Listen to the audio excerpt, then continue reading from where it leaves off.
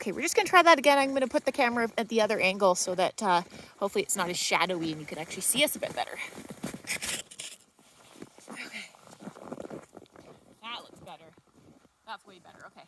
We're gonna start walking again. Same deal. Easy.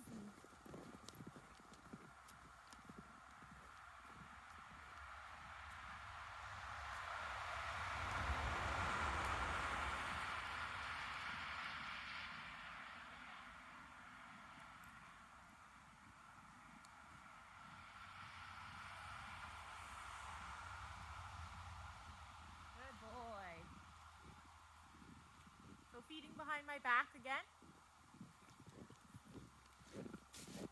This way.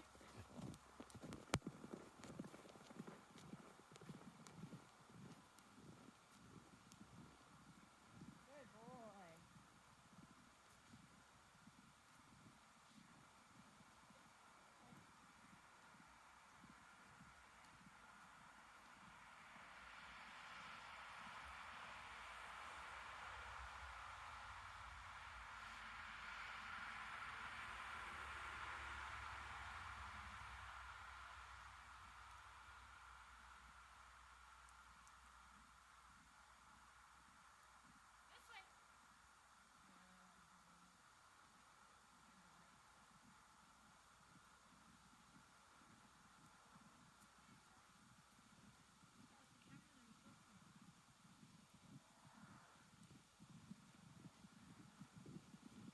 This way. Well done. Left side. There you go.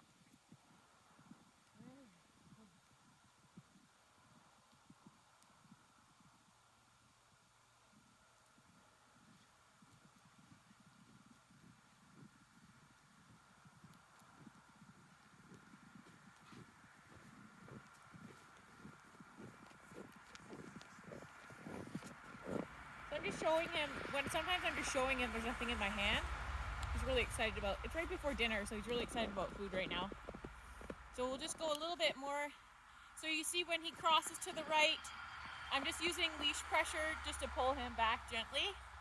And as soon as he gets a little too far ahead of me, like, I like him to be even like he was just now. My treats I just have in front because of the baby, otherwise she grabs him.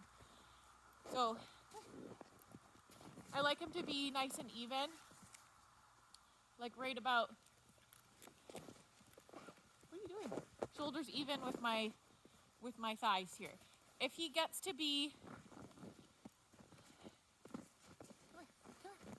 if he gets to be out here, like he's a full dog length ahead of me, that's when I'm gonna turn and start walking in the other direction.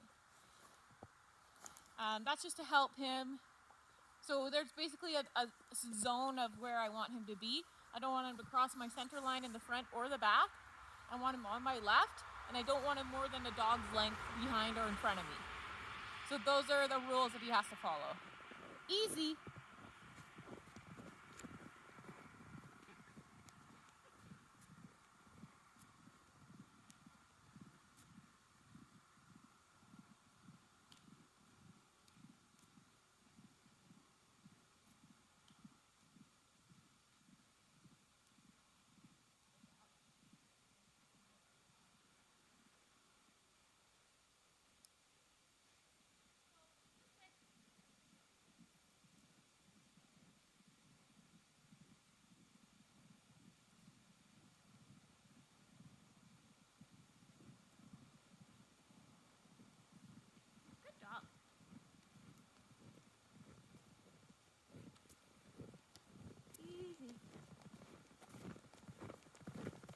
Good dog. Hey. Good boy. Good job. So the reason I'm feeding him behind me is because he tends to forge ahead, and the reinforcement comes behind you, then he's less likely to forge ahead because he's expecting food in the opposite direction. So that's why that works. And we're doing a couple of things there. So he's getting like a mild punishment for going too fast because we're turning around. When he loses connection with us and the leash, we turn around and go the other way. And he also gets rewarded for walking nicely in the right position at the right speed. So he's getting lots of feedback, and this actually has worked really well. There's lots of different ways to teach leash walking. I prefer not to use corrective collars that are painful for the dog, so I don't like to use a pinch collar or a choke chain or slip lead. I prefer not to choke the animals. So changing direction is just it should be a really quick feedback loop for him. So it becomes very clear for him, okay, when I go too far or I stop paying attention to the other end of the leash, I have to turn around and go the opposite direction of where I want to go. And that applies to if he's trying to pull off to the side to go sniffing. You can walk in the opposite direction of where he's sniffing too. So, like say he went like right off to the side here, I would I would sidestep away so that he gets further away from what he wants to sniff.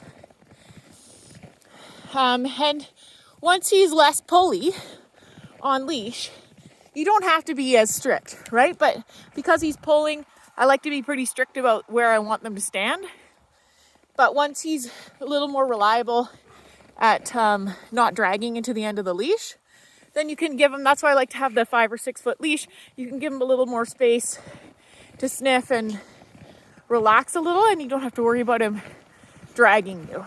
And that's mainly what we're working on here is him, because I notice that he'll really put an oomph into the end of the leash there when he wants to get going. So that's a work in progress, but something you can keep working on. Is pretty easy, and it should be pretty easy for the kids too, as long as it's not a sheet of ice out there.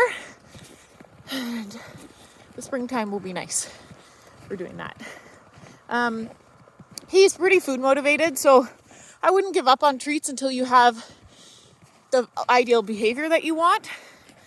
There's nothing wrong with feeding treats to your dog. It's not like a failure on your part. It's not like a dog owner failure.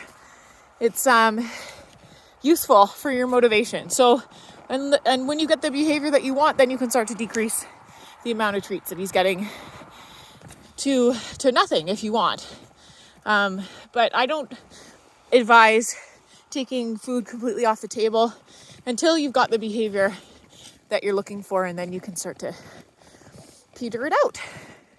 Okay, well, good luck with that, and you can keep in touch with me. And if you're walking and you're not sure what you're doing, or you feel like it's not working, just take a video, and then I can let you know what's going on. Okay, bye.